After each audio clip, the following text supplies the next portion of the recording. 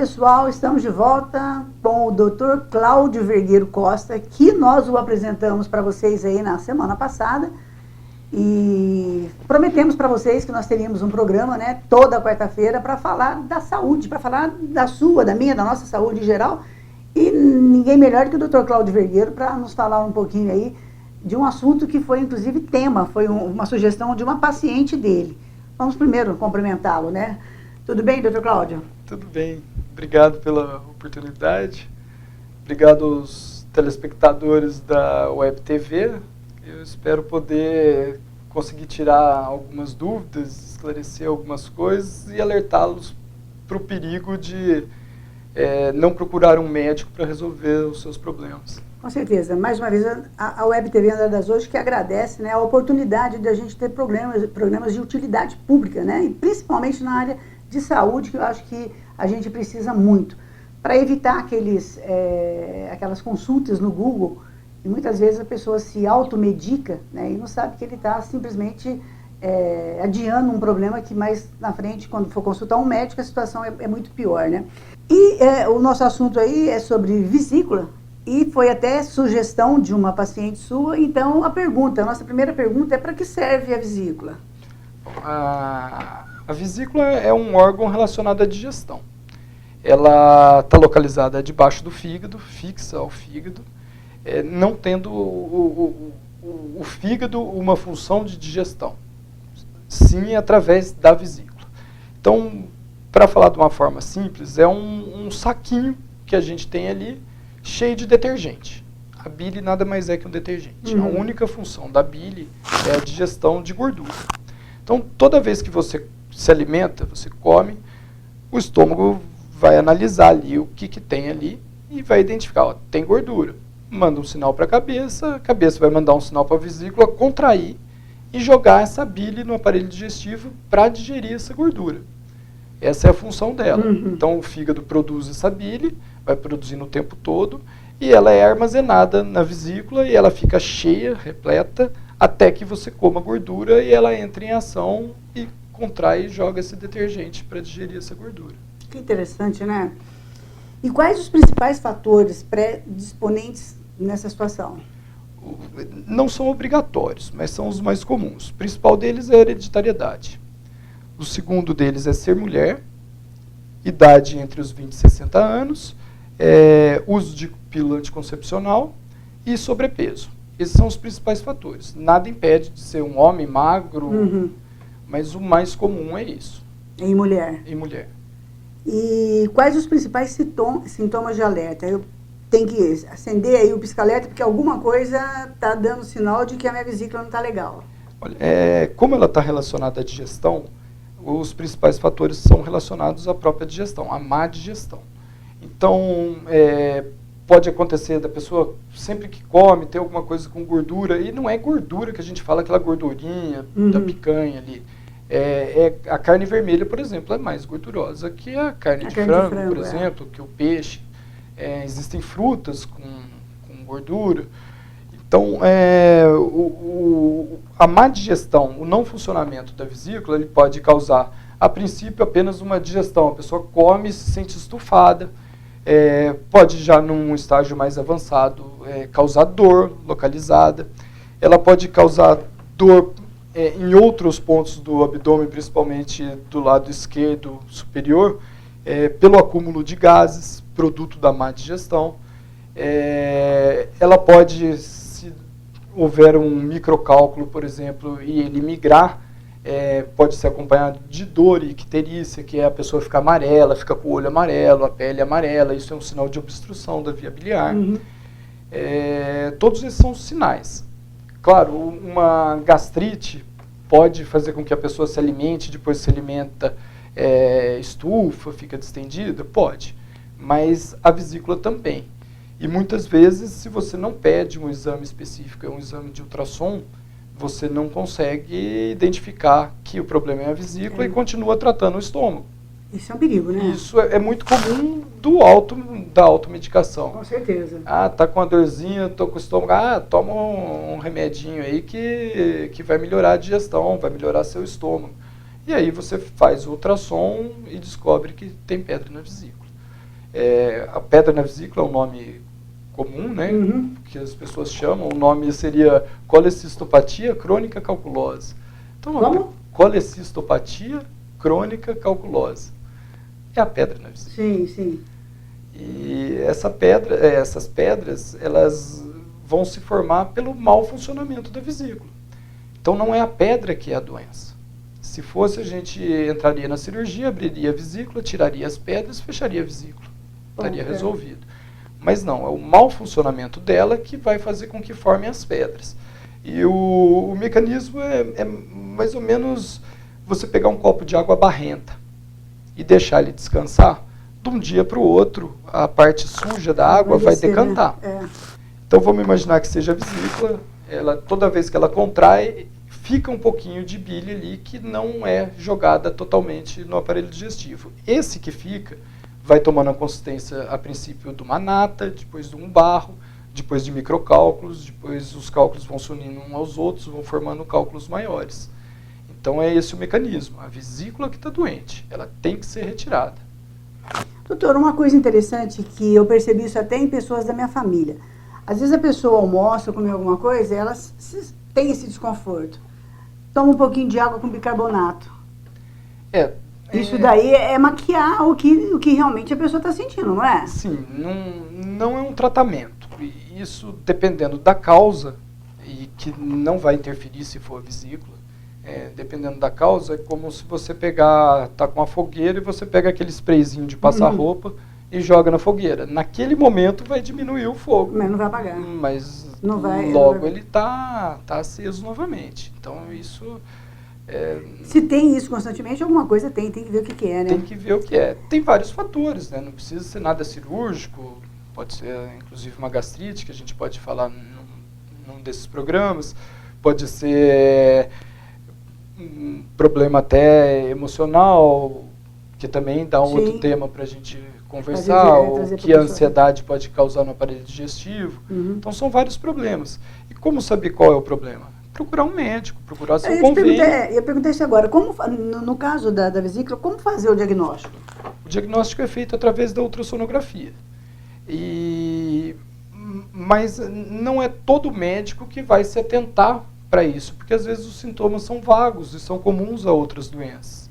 Então, o ideal é que procure um médico da área, um especialista da área, e comece a investigar. O exame de ultrassom é um dos primeiros a serem feitos, é um exame que não é invasivo, é um exame rápido de fazer, com um diagnóstico muito bom. A tomografia, por exemplo, todo mundo acha que não vou fazer ultrassom, não, já vou aproveitar, já que eu vou ter que pagar, vou fazer uma tomografia. A tomografia não vê os cálculos da vesícula. A grande maioria dos cálculos da vesícula não são radiopacos, não aparecem no raio-x. Então, na tomografia, que seria um mega raio-x, vamos dizer assim, não vai ver. Então, por isso que é importante que procure um médico que seja especialista, procure um gastro, procure um cirurgião, que ele vai ter o feeling de falar, não, opa, peraí, vamos pedir uma endoscopia, vamos pedir um ultrassom, vai fazer o diagnóstico. Com certeza, né? E seria qual o tratamento? O tratamento é cirúrgico. É cirúrgico? O tratamento é cirúrgico. Não tem como escapar? Não tem outra forma de escapar. É válido atentar para aquilo que eu falei um pouco antes, com relação aos tipos de pedra. Porque podem ter complicações dependendo de cada tipo de pedra. Então, se você pega o microcálculo, ele pode migrar numa contração vigorosa dessa vesícula, ele passa pelo canal da vesícula e entope o canal da vesícula ainda, que vai jogar para o aparelho digestivo. O que vai acontecer nesse momento? Ela vai ficar amarela e ela vai ter repercussão relacionada ao fígado dessa vesícula. E esse excesso de bilirrubinas direta, principalmente na corrente sanguínea, vai ter consequências, vai ter coceira, e ela vai piorando, ela pode entrar até em quadros de confusão mental, dor, calafrio, inclusive uma sepsemia. É sério, hein? Inclusive uma sepsemia, por conta disso. E pode ficar pior ainda, porque se esse cálculo se movimentar um pouco a mais, ele vai obstruir não só o canal que vem da vesícula e do fígado, mas o canal que vem do pâncreas, que também está relacionado à digestão. Isso vai fazer com que o pâncreas faça uma autodigestão. Ele vai continuar produzindo os sais pancreáticos e esses sais pancreáticos vão começar a digerir o pâncreas, que é a pancreatite, que é uma doença gravíssima. Raramente você vai encontrar alguém que, eu já tive 5 crises de pancreatite. É muito raro, porque o paciente morre. A dor deve ser insuportável. E é muito fácil de evoluir para uma sepsemia. Não é um tratamento cirúrgico a princípio, só em último caso. Então, num caso desse, você opera a vesícula. Quando você está operando a vesícula, você não vê esse canalzinho que sai, que continua da vesícula e vai para o intestino. Ele não é visível, não é palpável, principalmente na cirurgia laparoscópica. Então, pode acontecer de você ter microcálculo, você operar, retirar a vesícula e 1, 2 dias depois ela começar a ficar amarela. O que significa isso? O médico deixou uma pedra em mim, Não, nada disso. Quer dizer que no canal já havia um cálculozinho, uma pedrinha que estava lá dentro do canal, que não é visualizada e não é retirada quando você retira a vesícula, que está acima, e esse cálculo depois migra. Então, às vezes, o paciente fica enrolando para operar, para resolver. Um cálculo desse migra, além da cirurgia da vesícula, ela vai ter que pagar por uma cirurgia endoscópica, que vai entrar por endoscopia e vai na papila, que é a boquinha onde sai a bile e os sais pancreáticos, e vai abrir aquela portinha via endoscópica, vai abrir aquela portinha, colocar uma prótese e tirar os cálculos. Só que normalmente, como essa é uma cirurgia bem mais avançada e não é em todo lugar que tem, normalmente o que a pessoa vai pagar nessa segunda cirurgia é o dobro do que ela pagou. E poderia ter evitado tudo isso, né? Poderia ter evitado tudo isso. Já os cálculos muito grandes, o risco deles é impactar, é ficar preso no fundo da vesícula. Então você imagina a vesícula como uma pera de ponta cabeça. Ela é um funil. Se esse cálculo grande ficar entalado ali no fundinho da vesícula, ele vai provocar uma inflamação, essa inflamação vai fazer com que a parede da vesícula aumente, e ela vai impedir, isso vai impedir que a artéria que irriga a vesícula, que mantém a vesícula viva e saudável, vai impedir que chegue ao sangue. Então o que acontece é a necrose da vesícula. Necrose, perfuração, sepse. Então é muito comum o paciente, você faz o diagnóstico, o paciente fala, mas doutor, tem pressa para operar? Eu posso esperar até o ano que vem? A gente não tem essa resposta. Não tem jeito de saber. Né? O que você sabe descobriu o problema? Opera. Com certeza. Resolve. Mas quem fica sofrendo mais, você já sabe, né? As complicações são muito graves. Se você tem uma colecistite aguda, então o primeiro processo que acontece é o intestino todo grudar nessa vesícula para tentar blindá-la de forma que, se ela apodrecer, se ela necrosar e perfurar, aquele líquido fique contido só naquele pedacinho. Isso é um mecanismo de defesa do nosso organismo. Mas aí, a hora que você vai operar, está todo o intestino grudado ali, aumenta o risco de cirurgia, aumenta o risco de uma lesão no intestino, que transforma a cirurgia num procedimento muito maior e com um quadro clínico muito mais grave. E os riscos. Então, não se deve esperar. Tem oportunidade de operar? Tem. Então, resolva o problema. Procure seu médico do seu plano ou procure o médico do posto de saúde e peça para ser encaminhado para um cirurgião. Com certeza. Tem que um cirurgião avaliar. E hoje, por tudo aí que você explanou, se não cuidar, morre. Morre, né? E se não fizer cirurgia com antecedência, depois de descoberto... Pois é, outra coisa que os pacientes sempre perguntam, né? Você indica a cirurgia, mas tem risco, doutor? Desde que a gente nasce, a gente está sob risco de vida. Com certeza. Porque está vivo. Então, risco de vida, a tua pessoa caiu numa calçada, é um risco. Então, toda cirurgia tem risco, claro. Existem as com mais risco e as com menos risco. E sempre o risco é maior quando você tem uma urgência, quando você deixa o negócio... chegar no limite. Chegar no limite. Então, os riscos são maiores. Doutor, mas eu vou operar, eu não estou sentindo nada. É a hora de operar. É por isso que é agora que você tem que operar. Porque se tiver uma complicação, a sua recuperação vai ser mais lenta, essa cirurgia pode não ser terminada por laparoscopia, que é os furinhos, você pode ter que converter, que é abrir. Normalmente isso acontece quando você se vê numa situação que ou você abre ou o paciente morre. Então você abre e salva a vida do paciente. Uhum. Mas não é o comum. O comum é a cirurgia ser terminada por laparoscopia, 99% dos casos, sem maiores consequências. E mesmo que a gente passe lá 3, 4 horas operando, por ela ser minimamente invasiva, é impressionante a recuperação Eu ia perguntar isso agora, qual o período de recuperação do paciente depois de uma cirurgia dessa? Você sai acabado da cirurgia, cansativa, difícil, e no dia seguinte você olha o paciente, estou ótimo. É mesmo? É impressionante, diferente de ter lá um corte subcostal, que é debaixo das costelas ali, que vai doer toda vez que você respirar, toda vez que você se movimentar, e pode ter uma hérnia grande nesse local. Com a incisão, quando é aberta, você acaba queimando toda a musculatura para abrir, você acaba queimando toda a musculatura e a parte nervosa. Então é comum que o paciente tenha uma distensão naquela parte do abdômen para o resto da vida. Então, realmente, hoje o melhor procedimento seria a robótica e o segundo melhor procedimento a videolaparoscopia, que é a nossa realidade. E não precisa mais que isso. Eu vou pagar uma fortuna, mas eu quero fazer por robô. A cirurgia de vesícula é relativamente simples, mas ela precisa ser feita em tempo hábil. Com certeza, com certeza. E, doutor, pessoal, nós estamos falando aqui com o doutor Cláudio Vergueiro, como nós prometemos para vocês, nós o apresentamos a semana passada, né? E hoje já é o primeiro programa que a gente está trazendo para vocês aí, e o assunto é vesícula. Ele é clínico geral e cirurgião também.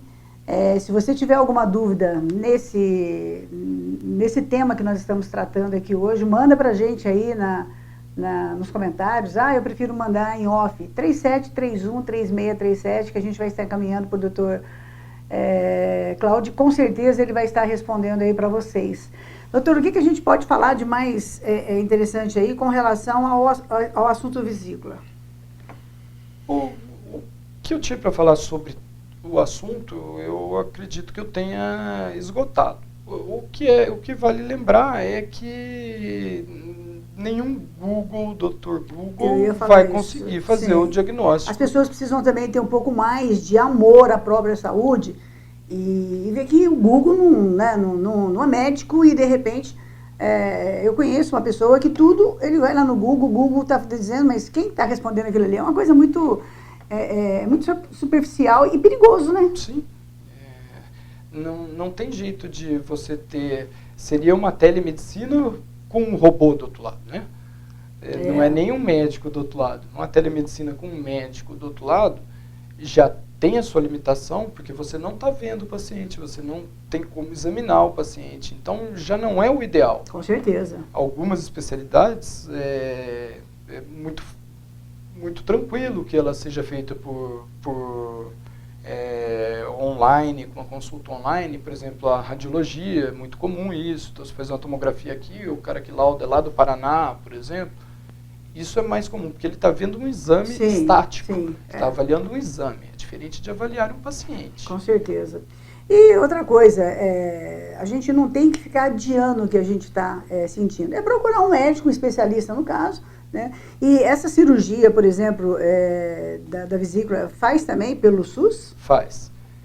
Dificilmente ela vai ser feita por videolaparoscopia, sendo pelo SUS. Normalmente ela é realizada aberta, né? Porque os hospitais ainda não têm os aparelhos de videolaparoscopia. Então, eles são particulares dos médicos. Os médicos das clínicas particulares, Isso. Né? E com a defasagem do valor dos procedimentos do SUS, acaba não compensando você fazer. Uma pinça de laparoscopia vai custar R$5.000.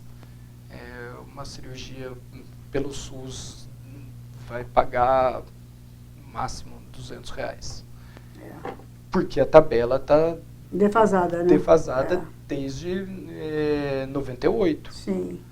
Aliás, eles estão lutando aí, brigando para ver se consegue atualizar, dar uma melhorada. Porque senão os hospitais vão fechar, não tem jeito.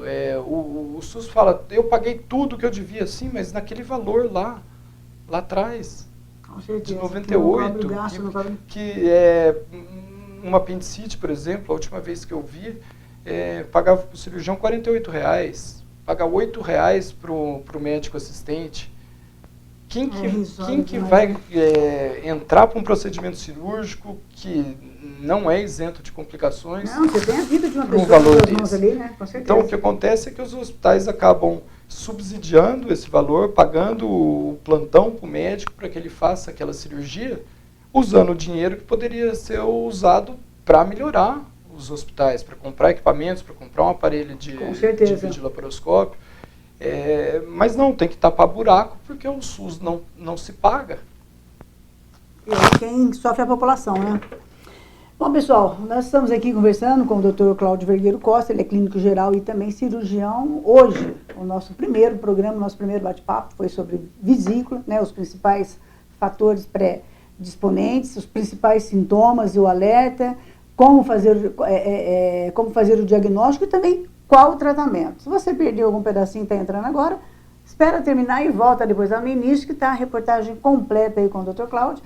E, Dr. Cláudio, o que a gente pode prometer aí para o terceiro programa aí? O assunto a gente vai deixar em aberto para que as pessoas sugerem. A gente pode acatar sugestões, inclusive se não for no próximo, num outro, né?